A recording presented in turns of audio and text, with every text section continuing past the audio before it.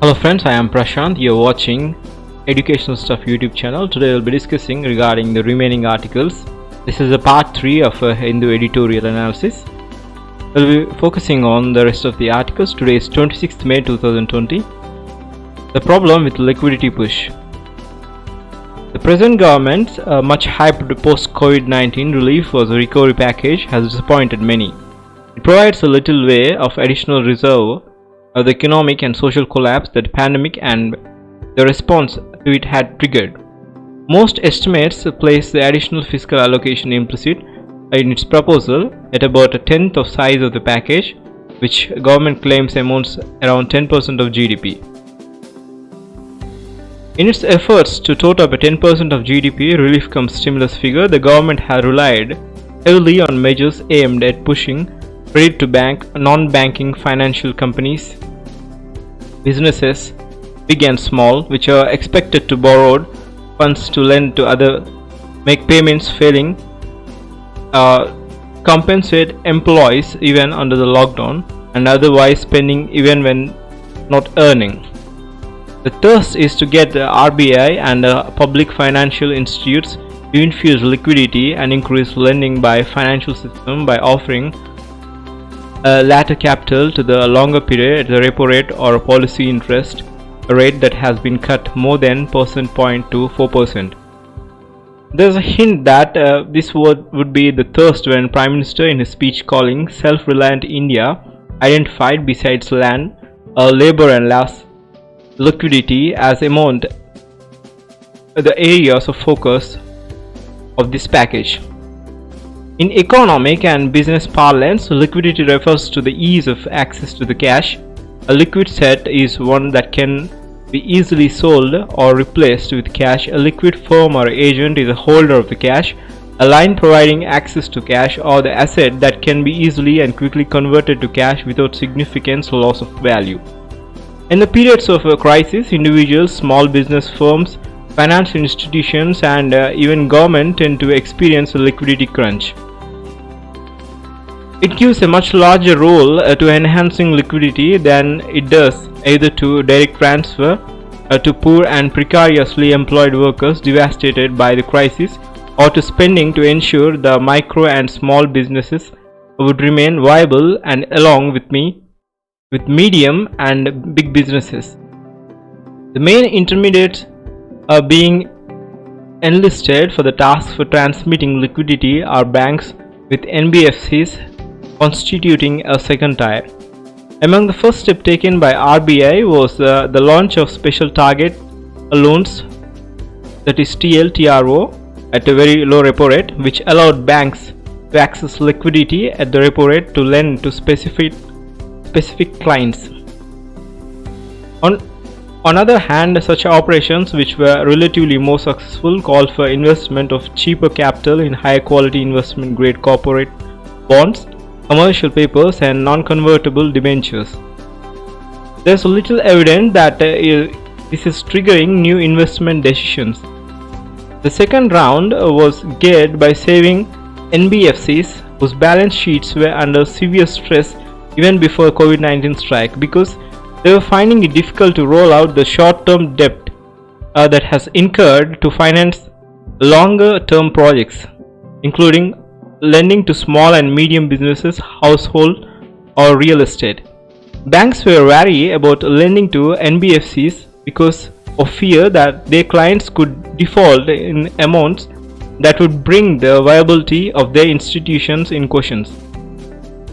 Building on these initial liquidity infusion efforts, the COVID-19 package identified more intermediates such as small industry and development banks, the National Bank of Agriculture and Rural Development, and the National Housing Bank that could refinance lending by banks to different sections with targeted lending amount, providing figures to fatten the stimulus.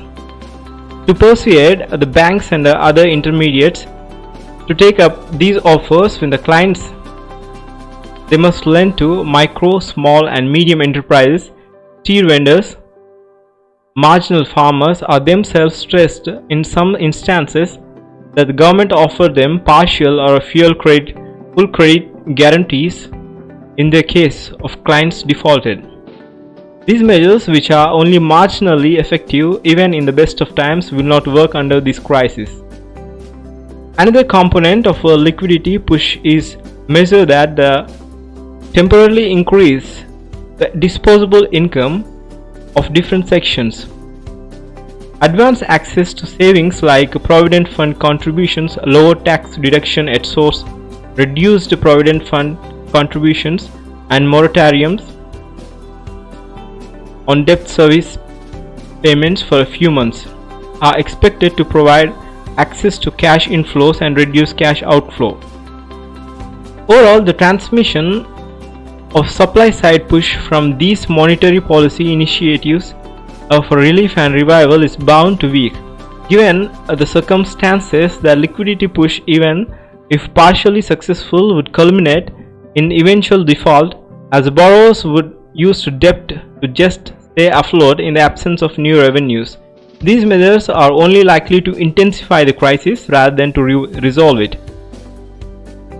Think of new transfers. What is needed now is government support in form of new and additional transfer to people in cash and kind, and measures such as wage subsidy, equity support, and spending on employment programs that, as many have acknowledged, would require a debt-financed spending by the government, with borrowing at a low rate of interest from central bank or a monetization of the deficit.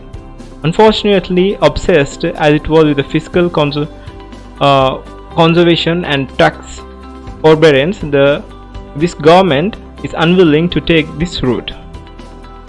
That's why the path can be only a devastating consequences for the lives and livelihoods. This is the problem with the liquidity push. Even if partially successful, it will culminate the eventual default. The crisis is only likely to intensify. Yet on the article, the Centre's Kashmir Policy and Heavy Price to Pay. This article was penned by Radha Kumari's latest book, that is From the Paradise at the War. This is an extract from that particular book. While the public attention is focused on COVID-19, Jammu and Kashmir suffers twin lockdowns, rising violence, and unilateralism government actions, and all at the same time.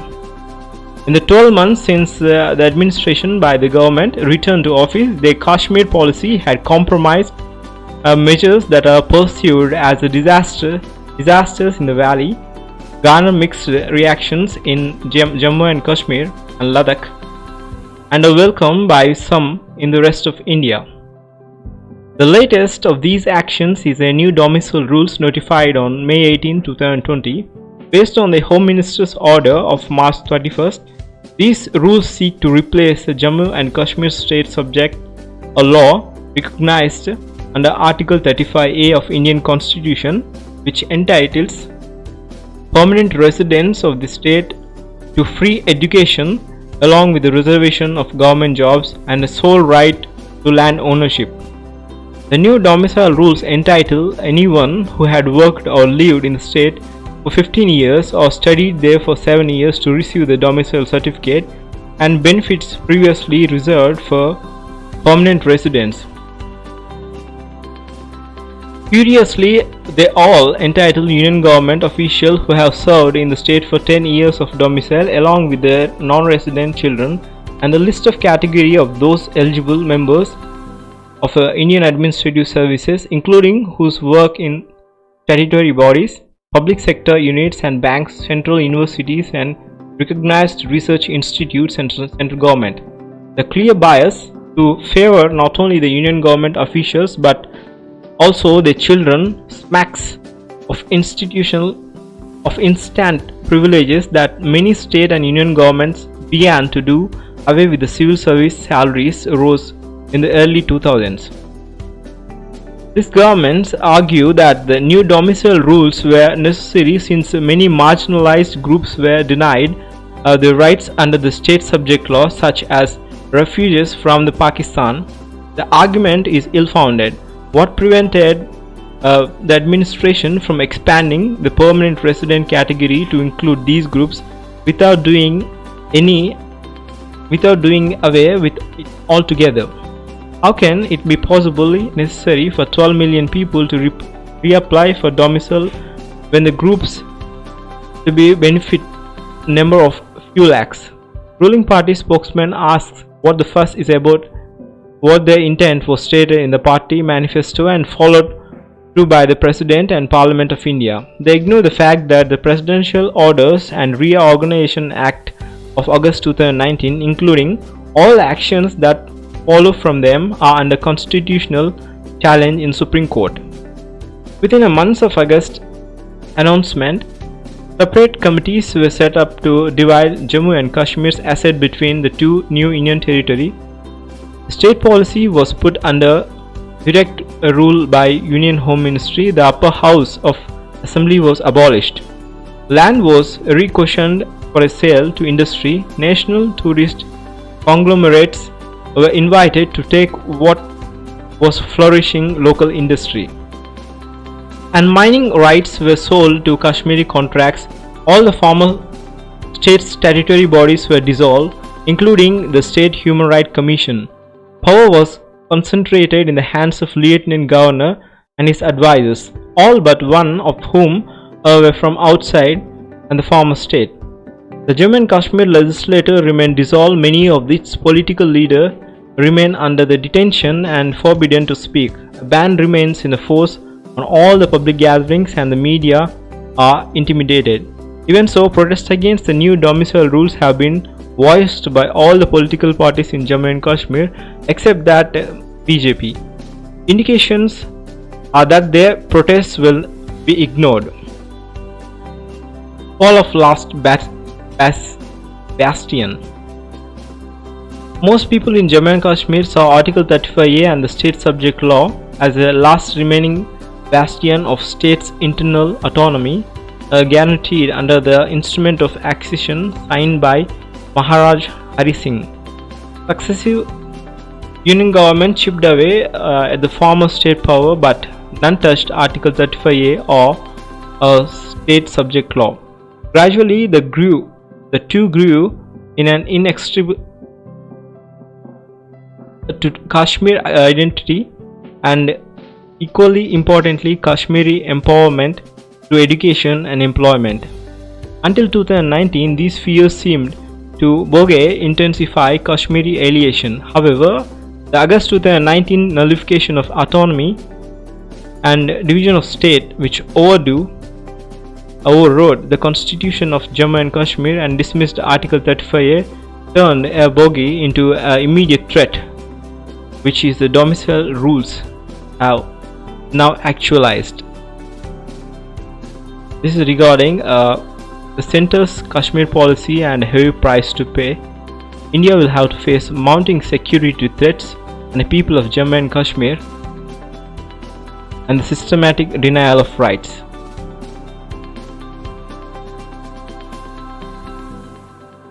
This is a part 3 video. If you want to see the remaining part 1 and part 2, you can click on the eye icon which is displayed in the video. Thanks for joining me. Goodbye.